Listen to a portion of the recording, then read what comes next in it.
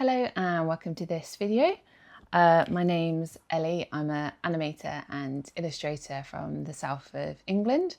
In this video I'm going to do something a little bit different to what I have done in previous videos. So I'm going to go through my collection of horror comics and zines.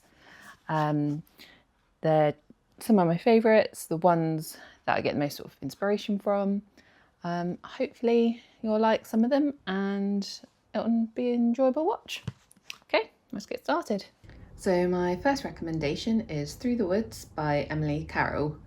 I believe that they are credited as EM Carroll now, so just for consistency I will just refer to them by their surname throughout this. So this book is a collection of short stories. I would say they would be labelled as dark fairy tales or horror. This is my favourite book in my collection as well. I find their work so inspiring just in style and storytelling. So I'll just do a quick flick through so you can see some of it.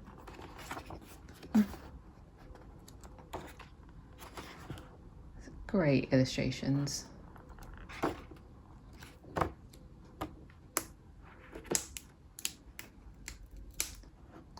So imagery has like a sort of beautiful dreamlike quality to it.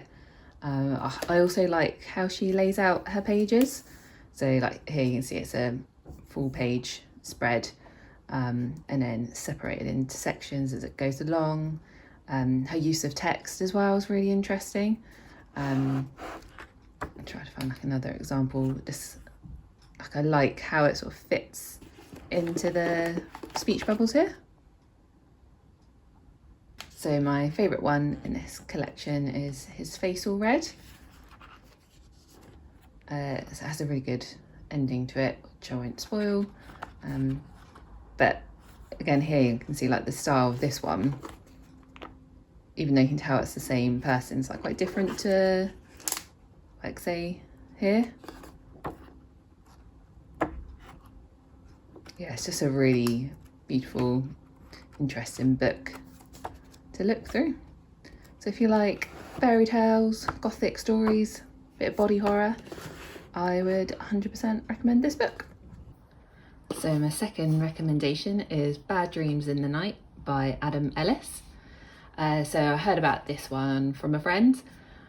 So his stories, again, these are all short horror stories, but as you can see, the artwork's very different. So Adam Ellis posts his comics online. So he has an Instagram where he posts them, but he also has a Patreon, I believe, where he releases them early. So I think most of these, or maybe all of these, are ones that were first posted online. They're quite short and they all sort of have like this sort of gradual build up to something being revealed. That's sort of how I would describe his stories. But yeah, this is a fun read. I believe he's got another book coming out soon as well, so keep an eye out for that one. So the next one is Anything by Junji Ito. Sorry if I'm pronouncing his name wrong. So the collection I've chosen is Shiver. You can see the really gross front cover. So again, this one has several short stories in it. My favourite one is, where is it? The Hanging Blimp. That's quite a famous story that he did as well. So this is a manga. So again, completely different style to the previous two. Maybe more similar to Adam Ellis's stuff. But yeah, that's a disgusting face. Junji Ito, you probably heard of. He's a prolific horror manga artist. His work is just beautiful. It's just like nothing else I've read. Just the ideas he comes up with. It just, I think like the best way, how I would describe his work is unsettling, maybe. A lot of his work sort of features body horror as well, but I like the style of his work as well.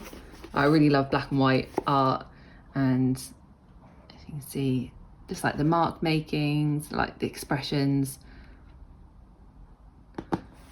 So the next recommendation is the work of Edward Gorey. So he's someone who I've loved since I was a teenager. I think this is probably his most famous book, the Gashlycrumb Tinies, if I pronounced that correctly. So this one, it's presented like a children's book, like an alphabet book.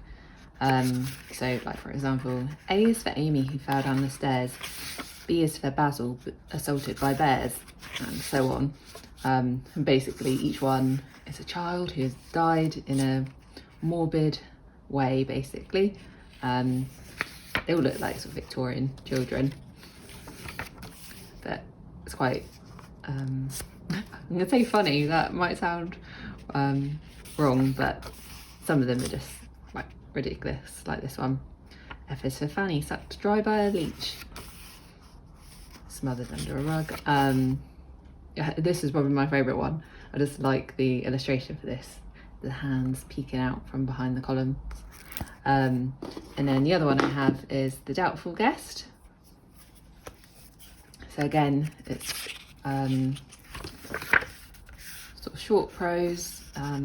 It's like poems, or it's a story that rhymes.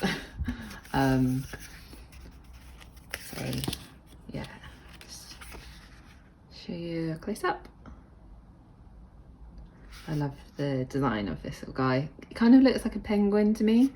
Yeah, it's very strange, but it's a fun, odd one. It's like an odd curiosity, I would say, his books. Yeah, they're great. So now I'm just going to go over quickly some of the zines and comics that I've got from markets or online from independent creators and sellers. So this one, An Old Dark House by Warwick Johnson Cadwell. I got this at the Brighton Illustration Fair at least 5 years ago. It might have been longer than that. But this one is a collection of illustrations, so there's no text. It's not like a narrative story or anything, but it's all illustrations based on the film An Old Dark House, which I think might be a Hammer horror, but don't quote me on that. So yeah, the only text is information about what this book is about, basically. So I love his artwork, his like penmanship. It's just like so sketchy and like lively. And again, it's black and white. I just love black and white artwork. Yeah, each one is gorgeous as well. Like you could frame them.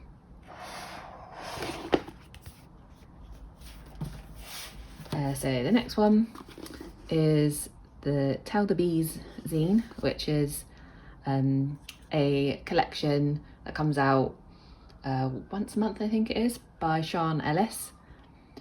So it's a catalogue of bizarre tales from folklore, fiction and history.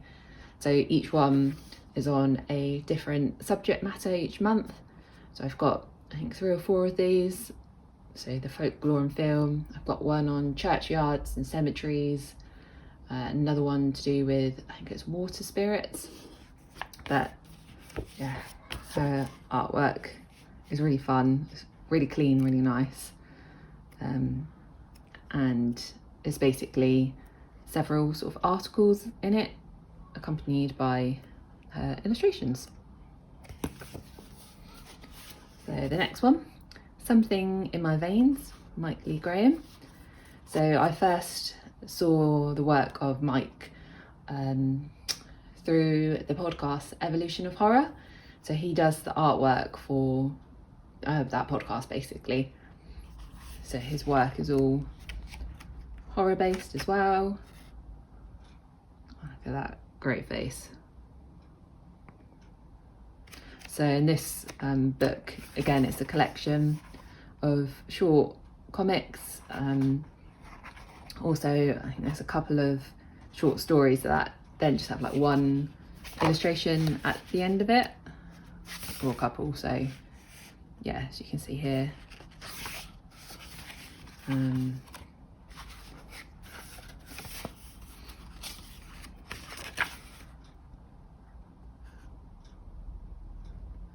look at that face. Yeah, I love his work. I don't know how to describe it. It's kind of like raw and like kind of kinetic. There's an image in here. I think that gets that across. Oh, which one is it?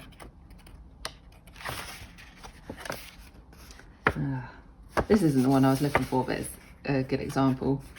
I kind of feel like his image is, I would describe him as like, you go in a dark room and there's like a sudden flash of light, and in that split second you see something. I don't know if that makes sense to anyone else. Like they're kind of like blurred, otherworldly kind of characters. Anyway, yeah, so this is a great collection. So another one, this is Shuck. So this is issue 1. I'm not sure what issue they're up to now, but I got this one a while ago. So this is about the legend of Black Shuck, which I believe it's the Yorkshire cryptid. So in here, it's kind of similar to Tell the Bees in the way that it's like articles accompanied by illustrations. Kind of similar style as well, actually. But this is a fun one. I need to read some more of their most recent issues. But yeah, it's got a bit of a lino cut style to it. So yeah, Shuck. This one I got from the Winchester Comic Fair. I think it was the last year or the year before last. So this isn't horror per se, it's more sort of fantasy. I haven't actually read all the stories in here. I think I've only read the first one. I'm bad at getting around to reading things. Sometimes I just have them in my bookcase for ages. But I really love the style of this artist. It's I'm not sure how you pronounce her name. Kry Garcia. I've probably completely butchered that name, so sorry. But each story is like a sort of different or slightly different style as well, but you can still tell it's the same artist. I really like this last page. Of course I do. It's a ghost story. So that's a Great Hero and Other Tales. And then there's this one I got off Etsy. This one's completely different to everything else in my collection so far. This is a really short zine. It's only a few pages. It follows Birdface. I love the design of this character. It's very like quaint. It kind of reminds me of Moomin, or the Moomin. But yeah, look at it. It's like beautiful artwork. This is really fun. But a cute, kind of weird story. But yeah, I have a few of these. Sorry for the abrupt ending. My camera cut out filming on the last one. But thank you for watching.